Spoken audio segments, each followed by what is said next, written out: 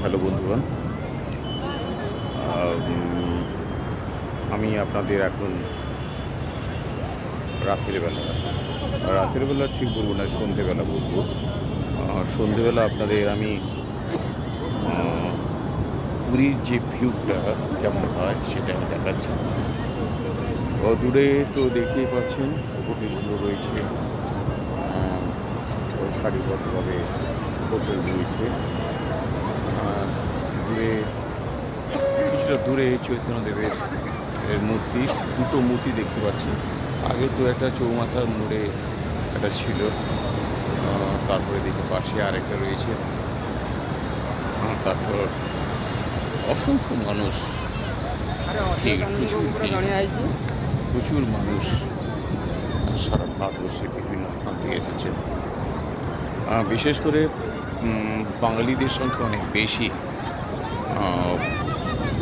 প্রায় যেখানে যাচ্ছি বাংলা কথাই শুনতে পাচ্ছি। সবাই খুব আনন্দ করছে। এই মিষ্টি বিক্রি হচ্ছে, মদন মোহন, তারপরে ছানা গজা ইত্যাদি ইত্যাদি, রসগোল্লা, পান্তুয়া ইত্যাদি ইত্যাদি বিক্রি হচ্ছে। তারপরে এইখানে সমুদ্রে যে শাক, ঝিনুক, এই ধরনের বিভিন্ন ধরনের রয়েছে। এইখানে ঘোড়ায় চাপার ব্যবস্থা রয়েছে, ছোটদের আকর্ষণ।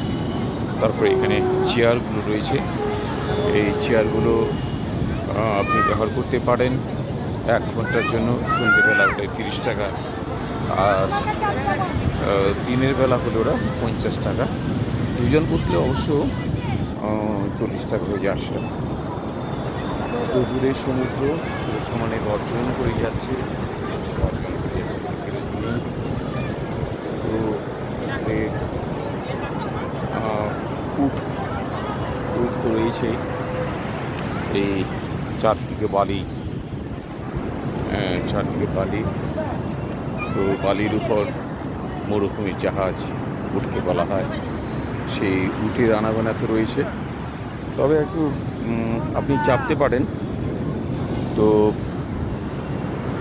তাহলে 100 টাকা আপনাকে দিতে হবে।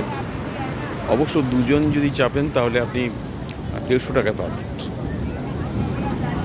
তো বহু মানুষ, ক্যামেরাম্যানও রয়েছে, ওরাও চেষ্টা চালিয়ে যাচ্ছে করার জন্য। এখানে আপনি কান পরিষ্কার করার জন্য রূপ পাবেন।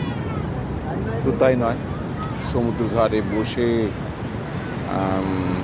আপনার মাথা ম্যাসেজ বা শরীরটা ম্যাচ করছে, ম্যাসেজ করে দেওয়ার জন্য এখানে অনেক লোক পাওয়া যায় টাকা। তো যাই হোক, পুরী আপন ছন্দে তার ঐতিহ্য বজায় রেখেছে। পুরীর আকর্ষণ কোনদিন কমবে বলে মনে হয় না। আপনারা দেখতেই পাচ্ছেন এই সন্ধেবেলায়, এখন 9টা বেজে গেছে ধরুন, তো এই অবস্থায় এত মানুষের ভিড়, সমুদ্রের হাওয়া, বৃষ্টি হাওয়া, ঘন্টার পর ঘন্টা বসে থাকা যায়, ভালোই লাগবে। বেশ একটা মানে কি বলবো, তৃপ্তির জায়গা, মানে যাকে আমরা বলি হিলিং টাচ।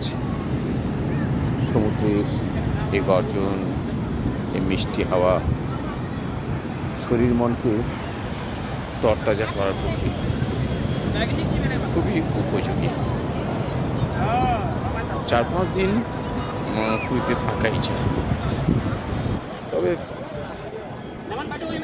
হোটেলের ভাড়াটা একটু বেশি গায়ে লাগে, তবুও পুরীর সৌন্দর্য,